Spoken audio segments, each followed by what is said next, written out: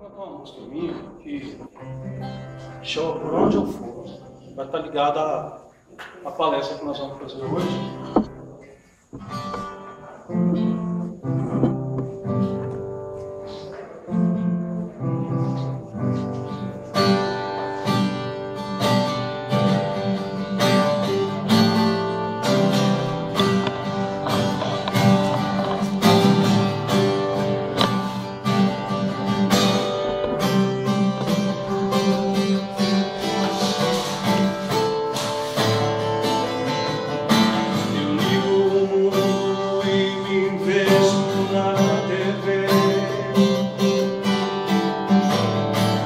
Próxima vítima eu não quero ser. Eu fecho os meus olhos e sinto Deus, e ando os meus caminhos por onde eu for. Eu não quero viver feito um monstro sem caverna, com medo da própria sombra.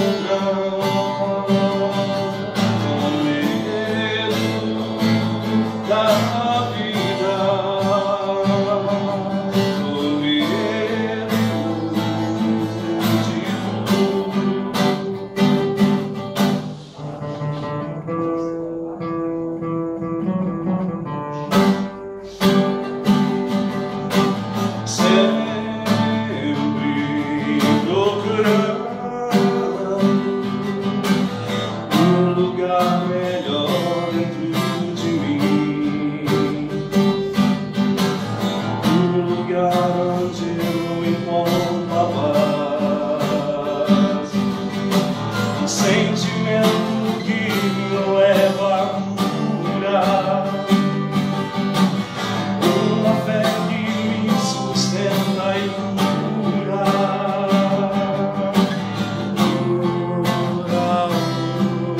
ser, cura o meu ser.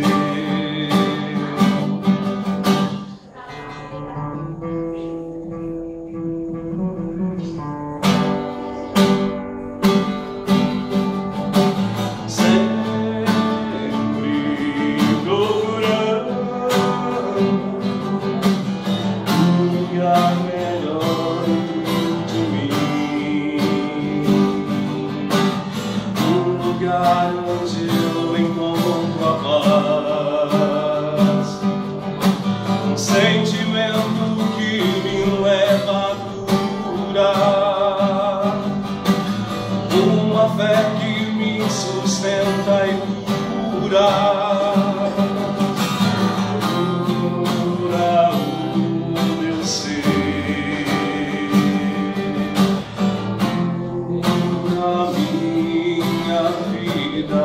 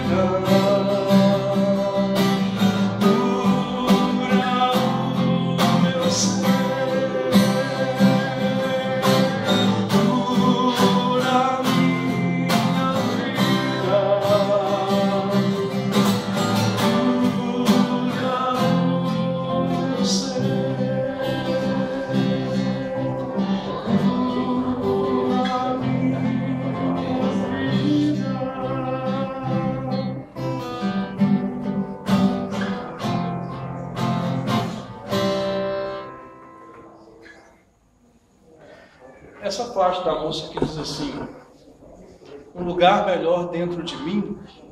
Eu quero falar um pouco da paz que a gente sente com a gente mesmo e também da violência que nós causamos a nós mesmos. Então, procurar um lugar melhor dentro de mim, onde eu encontro a paz. Que lugar seria esse? Só nós é que sabemos, né? Então, a proposta é dentro. Agora, como que eu vou fazer isso? Eu preciso percorrer os caminhos que me são propostos, que é estar bem comigo mesmo, porque Mahatma Gandhi disse que se você quer mudar o mundo, mude o seu, comece por você. Então um lugar melhor dentro de mim, aonde eu estiver, eu estarei bem, porque o mundo verdadeiro que existe é o que está dentro. Quando eu digo dentro dos nossos pensamentos, porque dentro dos nossos corpos estão os nossos organismos, precisam funcionar bem. E para eles funcionarem bem, a gente tem que estar bem consigo mesmo. Estando bem consigo mesmo, nós não vamos criar o câncer, nós não vamos criar as doenças que nós estamos sujeitos a passar por ela. Não tem como sair da vida senão morrendo. Mas existem pessoas que conseguem viver até o dia da morte, e tem muitos que morrem antes da morte chegar. André Luiz, o Missionário da Luz, capítulo chamado Completista, ele fala que a maioria de nós morremos antes da hora. Possivelmente envelhecemos antes da hora. Possivelmente aposentamos e poderia continuar trabalhando. Mas às vezes a gente já colocou no nosso processo de crença, estou aposentado, então agora eu devo envelhecer, ficar no meu braço, ou então entristecer, entrar em depressão e morrer. Vai seguindo essa linha tênue, vida e morte. A proposta do Espiritismo é que a gente consiga viver até o dia que foi proposto pela espiritualidade para nós cumprirmos com a nossa tarefa e desencarnarmos de forma...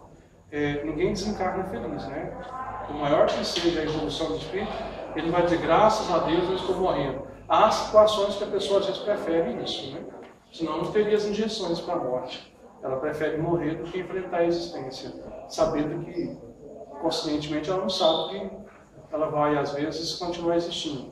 Mas como espírito a gente sabe que a vida continua. E aqueles que não acreditam na existência, ele acredita de uma outra forma. Ele um dia vai levantar do túmulo e vai ressurgir. Portanto, a proposta dos Espíritos é que nós façamos a melhor das nossas vidas, que nós possamos cumprir o calendário até o último dia, para que o nosso desencarne seja igual Confúcio fala. Quando você nasceu, todos sorriam, só você chorava. Vive de tal maneira que quando morreres, todos chorem, só você sorri.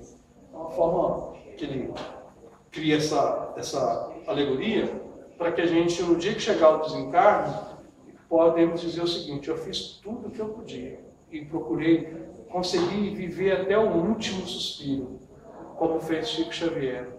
O Brasil ganhou? Ganhou. Pai nosso que estás no céu, já foi saindo do corpo e já desencarnou. É como se ele tivesse ali no momento escolhido a forma e a hora de consciência e não morreu antes da hora, na hora precisa. Há casos que às vezes deveríamos morrer antes e os espíritos prolongam. Aí tem um merecimento, tem uma necessidade do espírito até viver 5 anos, 2 anos, um pouco mais do que foi predeterminado. Se a gente ler as obras de André Luiz, Missionários da Luz, também vai ter um caso assim. O pedido de uma criança numa oração pedindo para que a mãe, para que o familiar, a mãe, ficasse, não desencarnasse, ou melhor, a avó não desencarnasse. E a prece dele foi atendida. Viveu pouco mais, 1 semana, 8 dias, mas ele conseguiu por causa da conquista do Espírito, por necessidade. Precisava dela estar presente ali. O Espírito que fez uma oração tinha esse merecimento. E eu escolhi um capítulo específico para falar de ressentimento e mágoas. Isso mata a gente aos poucos. A pior morte que existe não é a morte fatal em si mesmo, mas quando a gente morre em um corpo vivo. Só o corpo está vivo, nós já morremos de entusiasmo, de disposição, mortos de preguiça. Ainda bem que aqui não tem ninguém assim, né? Desanimado, já entra no centro, já ajeita o bumbum na cadeira e já encosta do lado, porque ele vai dormir, é fatal, é inexorável. Onde vai já busca conforto, é aqui mesmo. Eu acho que ficar nesse cantinho que aqui eu encosto, ninguém me vê. E quando eu termino a palestra, eu dou uma explicadinha, uma espreguiçadinha. Graças a Deus acabou. Chego em casa feliz da vida, né? Onde você foi? Estava no centro espírita. Senti no nariz ainda. Eu, quando era católico, depois que ia à missa, eu voltava, estou salvo. Fui à igreja, dormi a missa inteira. Aí a gente precisa ser honesto com a gente mesmo, né? Tem gente que vem ao centro uma vez e ele faz diferença de quem vem uma semana, 2 vezes. porque ele vai, foca, concentra, acontece alguma diferença na vida dele, ele fica lá 1 hora, ele ajuda, ele auxilia, o trabalho que ele faz diferença. Tem 10 anos que aquela porta é daquela cor, é só um exemplo, não olha para a porta. Ele não resistiu. Ele estava só esperando. Jovem é curioso, ele não resiste. E aí, alguém chega, e realmente está chegando alguém, não olha. Aí, ela não aguentou. Então a gente fica assim, olhando para a porta, acha ela linda, não, tem 10 anos que ela está assim. Aí chega alguém e fala assim, que tal se nós pintássemos ela de azul, uma vez que o chão é azul, não olha, a parede também, será que ficaria legal? E de repente a fala dele, porque ele está concentrado, ele está vivenciando, já faz uma diferença de 10 anos. Às vezes um trabalho na casa espírita tem 50 anos, daquele jeito está dando certo. Mas diminuíram as pessoas, Que tal se a gente fizer isso? Aí começa a mudar. É assim que é a lei do progresso. E geralmente é discordando de alguma coisa. Porque se discorda, no meu tempo de mocidade, se você discordava de alguma coisa, você estava obsediado. Eu vivia obsediado. Por muitos da minha época eu nem fazia palestra. Não fazia palestra, não podia fazer palestra e nem fazia trabalho no presídio. Você não pode fazer trabalho no presídio. Por quê? Porque você ainda está em tratamento. Sim. Você não pode fazer palestra. Por quê? Porque você ainda está em tratamento, você é rebelde, tal, está obsediado. Eu estou com o capeta no corpo. Mas quem está com o capeta no corpo é que precisa de Deus. Eu estou aqui por isso. E se eu não for o meu entusiasmo, assim eu vou desistir. Porque às vezes o bom e humilde demais, segundo a cabeça de algumas pessoas, é ficar quieto, calado, sem falar nada, concordar com tudo. Está tudo certo, é certinho, é isso mesmo. Às vezes você quer falar, quer participar, mas não pode, porque senão você pode ser obsediado. Nós não vamos ser mais queimados na fogueira, fica tranquilo. Mas eu e mais o meu irmão lá, nós fomos queimados. Aqui, eu também fui queimado. Você também. Mais alguém? Não, só nós aqui. Ah, você que chegou também foi queimado. Porque você discordou. E a ciência evolui na discórdia. Opa, peraí. Você está falando que é assim, mas e se tiver uma causalidade atrás dessa mesa que mexe? Aí chamaram Hipólito Leão Belisário de Vaio, que sexta-feira fez aniversário do Livro dos Espíritos, 18 de abril, do ano de 1857, século XIX, porque ele foi lá e descobriu que tinha algo que estava animando a mesa. E que as discordâncias, as discussões gerou a confiança e a verdade. Então é importante a gente, às vezes, mas eu permito uma sugestão aqui, colocar ventiladores aqui, ar-condicionado, colocar um teto. Não sei se tem que ser humilde. Humilde é uma coisa, desleixado é outra. Aqui é um centro simples, mas é bem cuidado. Limpinho, higiênico, arejado, de frente para o testemunho de Jeová, não tem para onde você correr.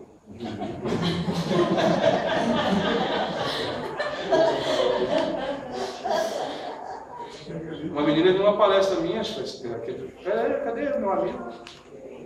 Ele vai vir mais tarde. Depois que a palestra acabar. Esse não gosta de mim. Vai filmar aí e vai contar pra ele. Brincadeira. Aí alguém viu o vídeo e falou, nossa, onde é um centro? Eu falei, lá é um centro que não tem pra onde você correr. A menina é evangélica. Por quê? Eu falei, lá você está falando, fazendo a palestra de olho no pastor lá na igreja. Lá. Mas como? Eu falei, um de frente pro outro, não tem pra onde correr. Você vai para um lado e cai lá na igreja, né? Se correr para cá, cai dentro do centro espírita. E se cair no centro espírita é pior, né? Porque aí o povo pensa que não faz macumba. Aí tá na dúvida. Aí vem um neguinho aqui na frente, um neguinho ali atrás, fala, é ele mesmo. Um neguinho ali, hein? Isso que eu fiz com vocês foi desfocar para o momento de descontração. E a mágoa faz a gente concentrar no momento da raiva. Eu nunca vou esquecer o que você fez comigo. Você vai ver. Eu nunca vou esquecer. Aí o seu organismo diz, com certeza nós seremos destruídos pelo câncer. Porque a mágoa e o ressentimento, mágoa é algo em você que não foi elaborado, relacionamento mal acabado. Aí você vê a pessoa fala, desgramenta, apareceu esse capeta na minha vida. Lá, 5 anos atrás, eu estava indo bem, desandou, agora aparece esse estupidez na minha frente agora. Mal resolvido, volta. E a gente precisa elaborar essas mágoas. As mágoas nos fazem ir para os alcoólicos, para a bebida alcoólica, para a dependência química no geral, para as drogas lícitas e ilícitas, porque a gente, quando usa uma substância, ou quando fica magoado, ou quando tem ódio, nós estamos mais com ódio de nós mesmos do que do outro. Porque quem que é o primeiro a ser atingido? O outro ou a gente? Fala. A gente. Quem falou? Quem falou? A jovem está ali presente. A gente. Joana de Anjos fala assim, todo mundo aqui é do tempo da brasa? Só eu e ele, porque todo mundo ficou calado, é porque é mais antiga ainda. A brasa, você punha ela na mão, você queima a sua mão. É como se você pegasse uma brasa para jogar em alguém e ela queima a sua mão primeiro. A mágoa é desse jeito, a gente atinge primeiro a gente, depois o outro. Estou com raiva de fulano.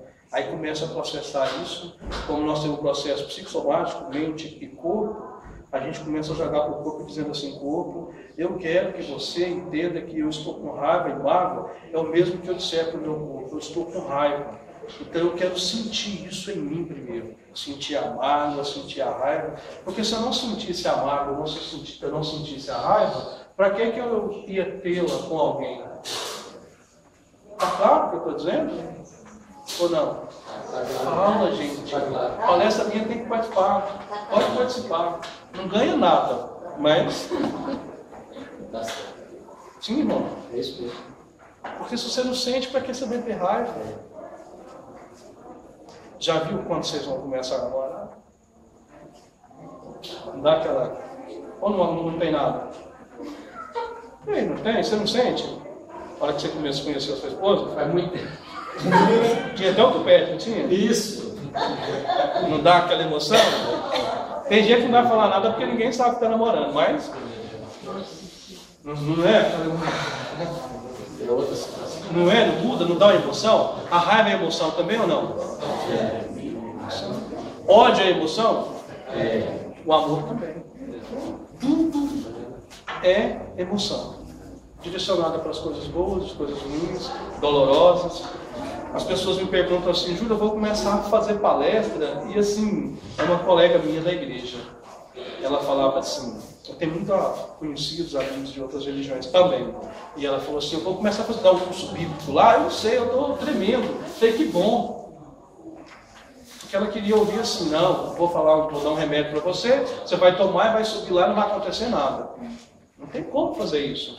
Eu falei, legal, você sabe o que você vai falar? Sei, então sobe e faz. A emoção ela faz parte, se você não sentir o frio na barriga, não tem graça. Você vai ficando lerdo. É igual o casamento, quando acostuma demais, não acontece nada. Sim.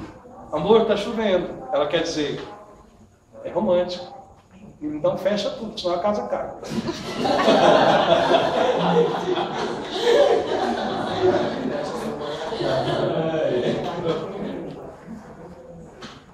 Eu vejo a lua da janela do meu quarto.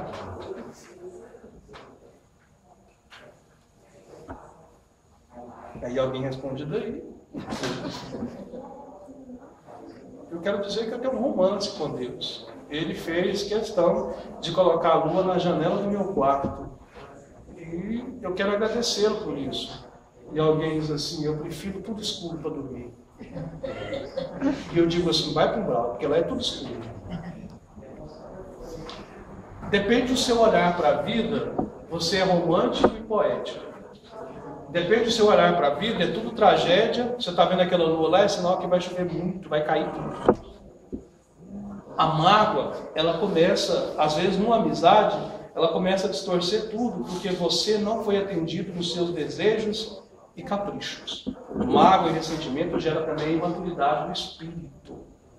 Você é amigo enquanto está tudo beleza. O dia que você pede dinheiro emprestado, fala, acabou a amizade. E se você não pagar, pior ainda. Aí você lê no Evangelho, se te exigirem 1000 passos, caminhe 2. Você fala, eu não sou obrigado. Aí você vai guardando aquela mágoa, aquele ressentimento, se você não recebeu. E vai guardando, e vai guardando. O pior, o primeiro que sofre é você. Porque o seu pulmão te dá a respiração, o seu estômago segura a alimentação, o intestino trabalha para ela ir e vir, o seu organismo está todo funcionando certinho, organizado, por isso organizado, organismo funcionando direitinho, e ele é constituído por células que são consubstanciadas, que são ligadas por energia, e que essa energia também é trabalhada pelo nosso cérebro, porque o nosso cérebro é o que mais consome energia no corpo, e também a gente recebe os fluidos que vêm do universo e que alimentam-nos, segundo Joana de Ângeles.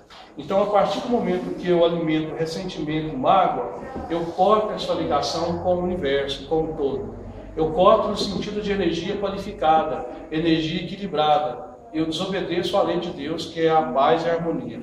No momento em que eu corto essa corrente com o fluido, eu sintonizo, porque todos nós somos quânticos, todos nós somos metafísicos, todos nós somos divinos, todos nós somos ondas que se propagam, e a gente começa então a propagar as ondas mentais, que vão ficar de forma horizontal, que sintoniza-se com energias que ficam no plano da linearidade, que vai sintonizar com quem?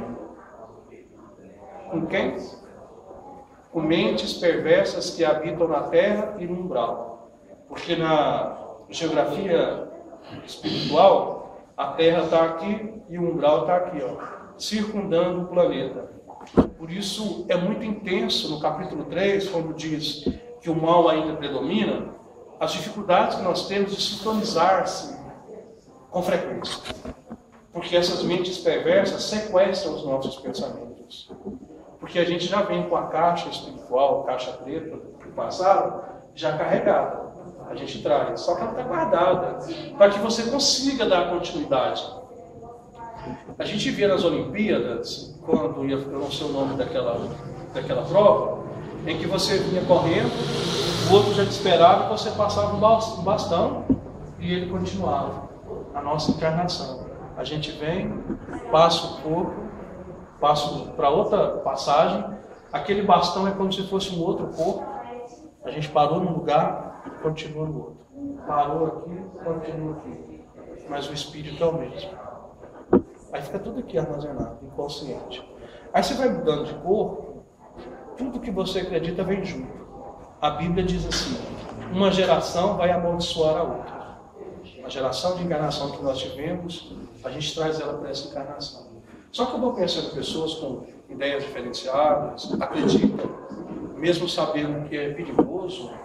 Perguntaram para Ayrton Senna, não é perigoso o seu esporte? 300 km por hora, não pode morrer? É perigoso, eu sei disso. Mas eu vou morrer fazendo o que eu gosto. Jesus sabia que ele ia ser assassinado. Tem gente que pergunta, será que ele sabia que ele ia ser traído? A mãe, as que conhece o filho, ela sabe o que ele é capaz de fazer. Tem mães aqui? Não é verdade? Não sabe? Esse olhadinho seu aí, eu não sei. Você chegou, ficou caladinho, foi pro cantinho, não falou nada, se aprontou alguma coisa. A esposa, que é esposa e mãe, ela conhece o marido. Você chegou, não conversou comigo, olhando para baixo, você bebeu, né, troço?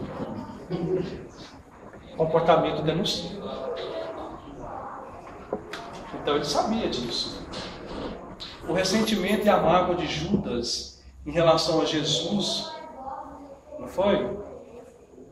Sim ou não? Sim. Foi não, ressentimento e mágoa foi contra ele mesmo, porque ele não matou Jesus, ele matou ele. Ele matou ele. Ele foi lá e não suportou que ele traiu a si mesmo. Porque na verdade Judas amava Jesus. Ele amava Jesus. Ele só não sabia lidar com o amor. É o que acontece com a gente. A gente não sabe lidar com o nosso amor. A gente se mata. Não suporta a nossa existência. Relaciona-se com alguém, não deu certo, aí você se mata. Na verdade, quando a gente está apaixonado, alguém aqui já apaixonou, não precisa falar. Fica tranquilo que eu não vou passar vergonha em vocês. Tem gente que fala, Chorava, deitava debaixo da cama, conversava com o meu cachorro. Aí quando passa um tempo você fala, meu Deus, olha por quem que eu apaixonei por esse estrupício. Como é que eu gostava de uma encrenca dessa? Você fica até sem graça. Você fala, não, olha para isso. Olha para mim. Que vinho lindo, magro, olhos azuis. Não pense que eu vou falar branco, porque eu adoro mesmo. Quando eu nasci, que eu me vi pretinho, eu falei, não, eu queria ser branco. Eu queria ser grande e bonito. Olha o que Deus fez comigo. E pobre. E além de pobre, espírito, aí que lasca. E macumbeiro ainda. Você não tem esse defeito de ser rico. Oi? Você não tem defeito de ser rico. A prova pior é de ser rico. A prova mais difícil que é do dinheiro e da beleza. É o que está acontecendo comigo. Eu pedi a Jesus, me abstenham da riqueza e da beleza. Ele falou, você que sabe. E Judas amava Jesus. Às vezes a gente no relacionamento, a gente diz assim, estou apaixonado. Está apaixonado? Giovana, estou apaixonado pela Giovana. A Giovana quer que sabe você, pelo amor de Deus, pobre, feio, espírito e barrigudo. Aí, quando você está apaixonado não é pela pessoa. A maior paixão que você tem é por você mesmo. Porque você se recolhe e diz assim, eu sou o pior ser que já veio à Terra. Eu nem devia ter nascido, ainda torcedor do Atlético. Eu sou torcedor, ganhou do Goiás. Não vi nada. Nem devia ter nascido. Quem é que fica sem comer? Quem está apaixonado, ou então come muito, depende. Tem gente que come muito. Uma vez, um adolescente, assim, que a gente fica em muitas viagens, né, Giovana? Pode crer, tudo. Tem jovem que é tudo lindo, tudo maravilhoso. Tem jovem que o mundo é preto e branco para ele, né? Ele nasceu para sofrer, começa a aparecer algumas coisas no rosto, ele acha que ele é do outro mundo. Não, fica tranquilo. Tem gente feia também a mais. Então eu estava almoçando assim, eu nunca fui bom de garfo, sempre comi pouco. Eu estava almoçando, Giovana. A menina que estava do meu lado falou assim, Júlio, eu quero dizer uma coisa. Eu falo logo, eu estou apaixonada por você. Aí eu parei de comer.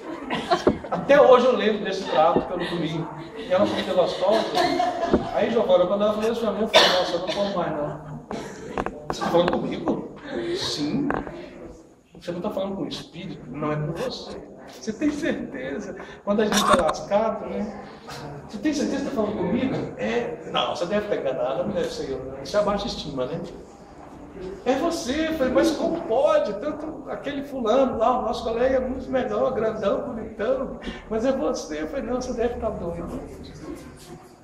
Até hoje eu não comi essa comida. Eu larguei. Você não vai comer? Eu falei, não, eu perdi a fome. Mas a paixão é passageira, né?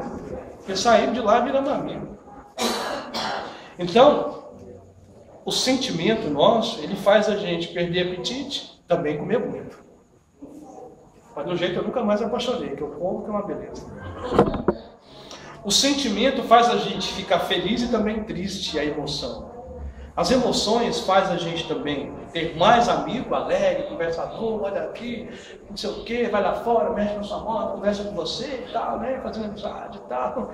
Tem uns que já é cara fechada, mal-humorado, porque vive com raiva do mundo, ele fala assim, não pediu para nascer. Quem disse isso? Eu não pedi para nascer, eu não pedi para vir ao mundo, eu caí de paraquedas, alguém me jogou, eu caí aqui, eu nem devia estar aqui, esse é o depressivo.